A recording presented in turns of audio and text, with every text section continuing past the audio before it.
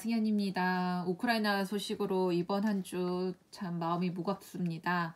우크라이나는 조지아와 함께 91년 구소련으로부터 독립한 국가인데요. 러시아의 침공으로 시민과 군인들 피해가 잇따르고 있어서 안타깝습니다.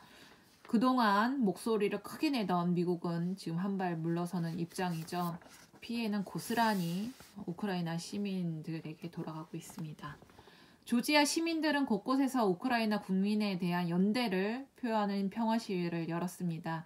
수도 트빌리시를 비롯해서 쿠타이시, 고리 등등 곳곳 도심에서 러시아 침략을 규탄했는데요. 시위에는 우크라이나 국가가 연주되었습니다. 한 러시아 시민은 대사관 앞에서 자신의 여권을 불태웠습니다. 나는 더 이상 러시아 시민권을 포기한다. 나는 이 여권을 갖고 있고 싶지 않다. 이렇게 얘기를 했습니다. 매년 2월 25일은 조지아 역사상 가장 비극적인 날 중 하나입니다. 조지아가 소련 점령 100주년을 오늘 맞이했는데요. 3년간 독립을 잃고 볼셰비키 붉은 군대에 점령된 날로부터 100년이 지났습니다. 101년 전 소련의 침공으로 군인과 민간인이 사망했는데요. 이를 추모하기 위해 조지아 국기가 오늘 전국 정부 청사 앞 곳곳에서 개양되었습니다. 이번에 푸틴 러시아 대통령은 우크라이나 돈바스 지역의 민간인들을 보호한다. 이런 명목으로 지금 군사작전을 펼치고 있죠. 그런 가운데 유엔 사무총장은 러시아의 미승인국 인정에 비난을 하고 나섰습니다. 러시아가 우크라이나 내의 미승인 국가인 루간스크 인민공화국과 도네츠크 인민공화국을 독립국가로 인정한 것에 대해서 큰 우려를 표명한다. 이렇게 얘기를 했는데요. 러시아의 결정이 우크라이나의 영토적 온전성과 주권을 침해하고 유엔 헌정 원칙에 위배된다고 언급 비난했습니다.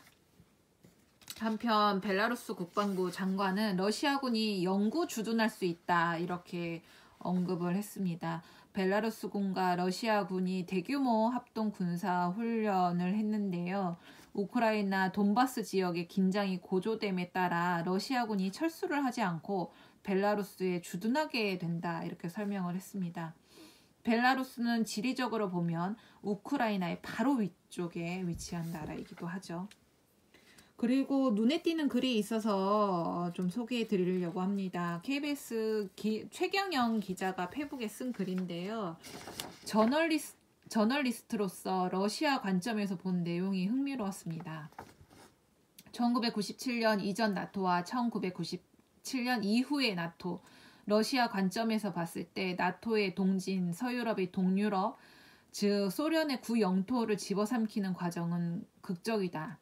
무려 14개의 국가가 25년 동안 구소련으로부터 서유럽으로 편입된 셈이다. 그런데 여기에 그 좋다는 흑토의 곡창지대, 크기가 프랑스만한 우크라이나가 나토에 가입한다니 러시아 푸틴의 심정은 어땠을까? 지하 자원도 많은 나라인데다가 지도를 자세히 보면 지정학적으로도 크림반도 바로 위여서 2014년 러시아가 억지로 크림반도 합병한 이유가 없어져 버렸다. 러시아는 나토에 가입한 거대한 우크라이나를 옆에 두고 크림반도를 동떨어져 따로 관리해야 했다. 흑해를 비롯한 영해의 문제도 컸을 것이다. 러시아 편을 드는 것이 아니다. 푸틴의 관점에서 왜 전쟁을 감행했을까 분석한 것이다. 이어서 이런 글도 있었습니다. 영국 BBC가 친러시아 우크라이나 주민들을 인터뷰한 것인데요. 영국 BBC는 우크라이나 동북부 지역에 사는 친러시아 주민들의 인터뷰를 통해 러시아가 주장하는 우크라이나 내의 독립국가를 찬성하는 주민들이 많음을 보여주었다. 물론 서방 언론은 러시아를 규탄하는 분위기이다. 미국 중심의 세계관에서 벗어나 다른 측면을 보도해준 면이 인상적이다. 명확한 정의를 위해 자기 객관화를 하는 노력은 우리 역시 많이 깨우쳐야 하는 부분이다.